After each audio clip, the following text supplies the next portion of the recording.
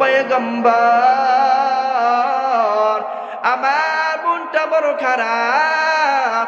পয়গম্বর দেখে বলে, ও সাদ কি হয়েছে তোমার, কেন তোমার মনটা খারাপ? সাদ সালামি ডাক দেয়া বলো, পয়গম্বর আমার মনে হয় জান্নাতে যাওয়া হবে না, জান্নাতে যাওয়া হবে না। কয় কেন কেন কেন কেন?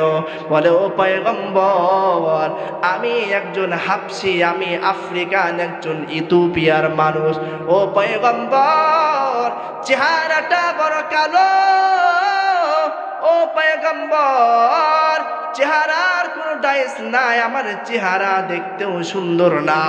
ও পয়গম্বর আপনি তো হাদিস বর্ণনা করেছেন, আন-নিকাহু সুন্নতি ফামান রাগিবা আন সুন্নতি ফালাইসা মিন্নি। বিবাহ হচ্ছে আমি নবীর সুন্নাত, আর যে আমার সুন্নাত মানবে না সে আমার দলভুক্ত হতে পারে না।